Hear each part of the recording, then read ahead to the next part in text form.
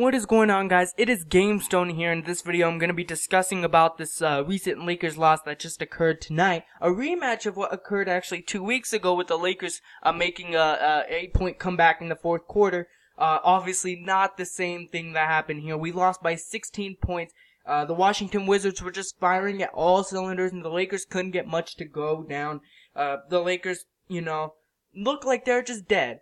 In the first half, I would say in the first quarter, it looked okay. It looked like that we're still we're functioning pretty well, but I would say after the first quarter, it was just disastrous from there. The Washington Wizards, their main three guys, John Wall, Bradley Beal, and Otto Porter, they did what they do best, and that is to combine for 65 points.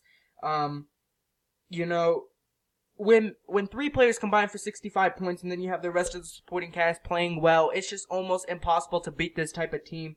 Obviously, Otto Porter with 20 points, Beal with 22, and John Wall with 23. So they kind of set the tone for the entire game. There's no slowing down for the Wizards, and they made sure the Lakers did not make a comeback, just like what occurred in late October. So yeah, it was just a good night for the Wizards overall. I mean, they shot over 50% from the field. They shot 90% from the free throw. If anything, they shot 33% from the three, and they had 19 turnovers. Same with the Lakers, though. They had 19 turnovers, and it was just disgusting basketball, what we were playing in the second half, especially. We shot 3 of 23 from the three-pointer. That is 13% from the three-pointer.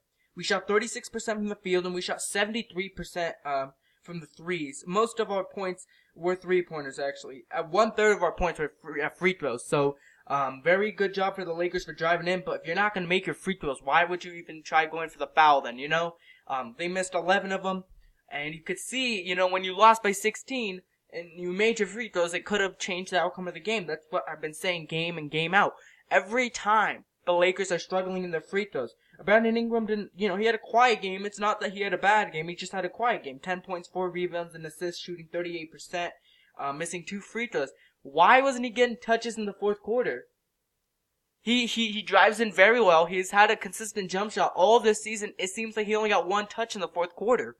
So they need to give Brandon Ingram the ball more in the fourth. I think he needs to be the guy to have the ball in his hand in the fourth quarter when it comes to times when we need offense or clutch situations. Brandon Ingram's that guy. Kuzma, this was probably his worst shooting performance. 13 points, 9 rebounds, right?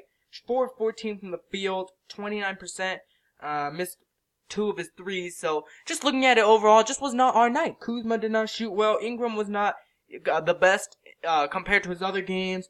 Brook Lopez, 33%, 4 of 12, 15 points, 4 rebounds.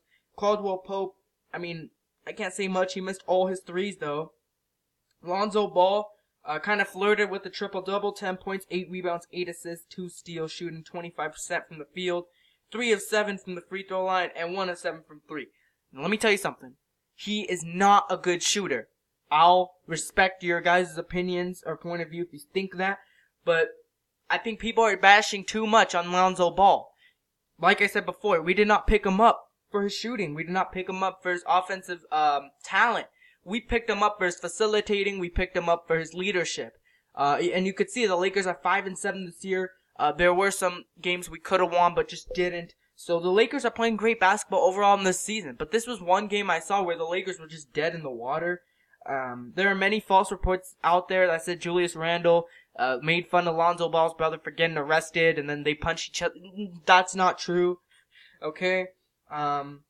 So, yeah, it's just Lonzo Ball, why are you bashing on a rookie, so early into the season? Calling him a bust already.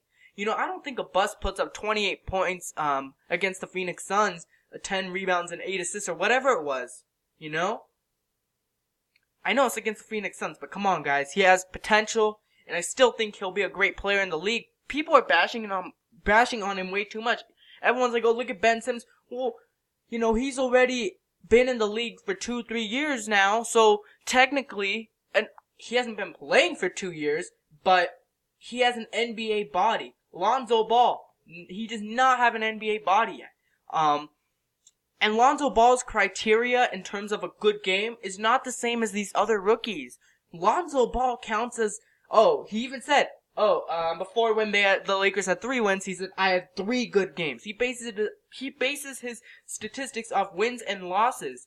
So if you want to look at it, the Lakers 5-7, you could say Lonzo's had 5 good games.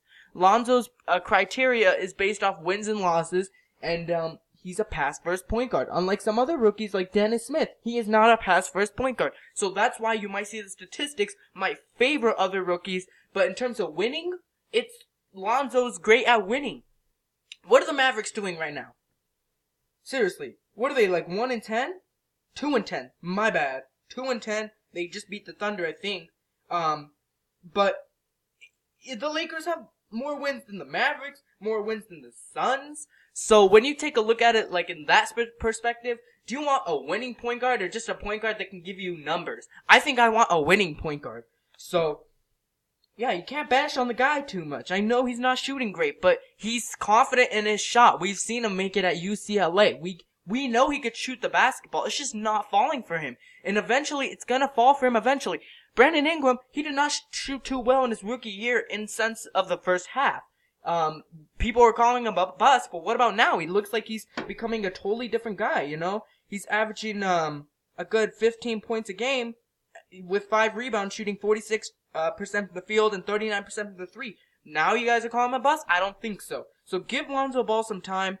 He'll come around, I promise. Clarkson, doing what he does best, coming off the bench, providing that spark, 15 points, 50%, 2 of 3 from 3-pointers. He made 66% of our 3-point, field goals, which is, just looking at it like that, you know the Lakers did not have a good night in terms of shooting the 3. Corey Brewer, he got more minutes than he did last game. Apparently Luke Walton liked what he saw last game, so he gave Corey Brewer more minutes. I'm sorry, Luke Walton, what? More minutes? 2 points. He did the same exact thing what he did yesterday. He didn't do much. Julius Randle playing consistent again. 11 points, 9 rebounds, an assist and a steal. Shooting 50% from the field in just 22 minutes. He has been playing consistent basketball. And it's pretty funny. People like Vander Blue and Zubats played. So you knew Luke Walton was kind of lost with the rotations. He was trying to, I understand. The rotations are not set yet. So the Lakers are trying to find what they do best. Is it small ball? Is it, the bigs? Like, what is it? So Luke Walton, you need to fix that as soon as possible if you want to start winning again. But the Washington Wizards, they just did better than us in everything. We actually out-rebounded them by 1, but if we can't make our threes, there's no point. Yeah, but we weren't, in terms of, passing the ball, we had 17 assists collectively as a team. In our wins, we have around the 25 assist range. So I think moving the ball is a key in order to win the game. But yeah, they shot better than us in everything. We had the same amount of turnovers, but I'm just kind of, you gotta give it to the Wizards. It's more of the good Wizards than bad Lakers. The Wizards have a good defense, okay? John Wall's a premier defender in the league. Bradley Beal's becoming a better defender. He can drive in now. Otto Porter, good defender. So when you kind of look at it like that, the Washington Wizards just proved of what kind of team they've been for the past 3 years. I mean, they're a very good Eastern Conference team. So yeah, they're a top 3 team in the East in my opinion. I honestly think it's Cleveland, Boston, and Washington in my top 3. When you take a look at Washington, they have a good overall team. You got Morris, and you got Gortat. Markieff Morris, obviously, with 16 points, shooting 86% from the field. Gortat didn't do much, but, he did what he needed to do. He only had 8 points, 5 rebounds.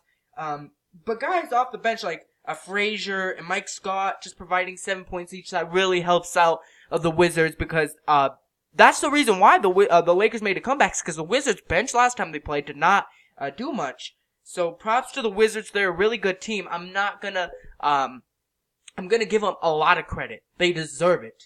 But yeah, I think it's just, the Lakers need to get their rotation set. They didn't play great defense in Washington. They couldn't play good transition defense. So that's pretty much what led it. Offensive rebounds, again, just like what we saw in Boston, we saw the same thing in Washington. A back-to-back, they got no sleep, young team, playing against a top 3 team in the East. I expect them to lose against Milwaukee next game too.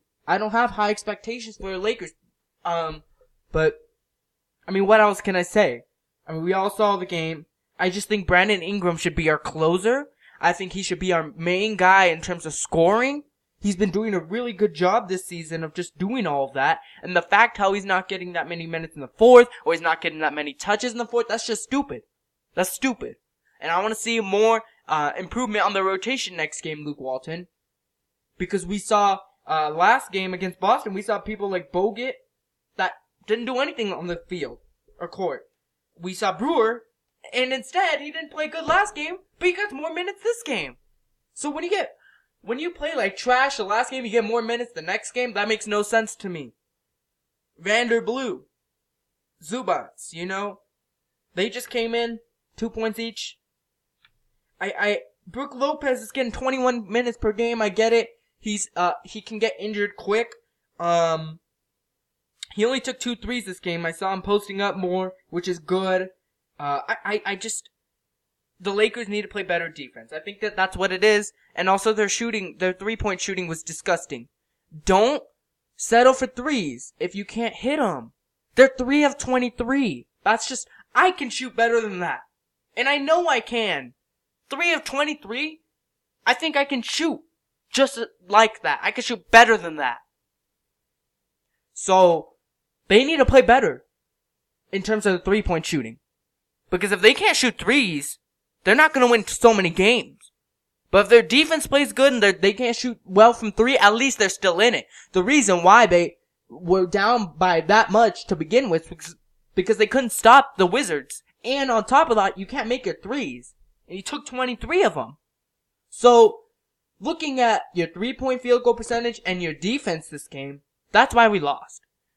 Great game for the Wizards. So we ended the season series. We're not versing the Wizards anymore in this year. So we tied the series 1-1. But yeah, our next game's against Milwaukee. I think that's on a Saturday. I'm not completely sure. But yeah, that's it for this video. If you guys enjoyed the video, drop a like, comment down below your thoughts if you're a Laker or a Wizards fan, and subscribe for more content. Alright guys, I'll see you guys against the Bucks. Peace out.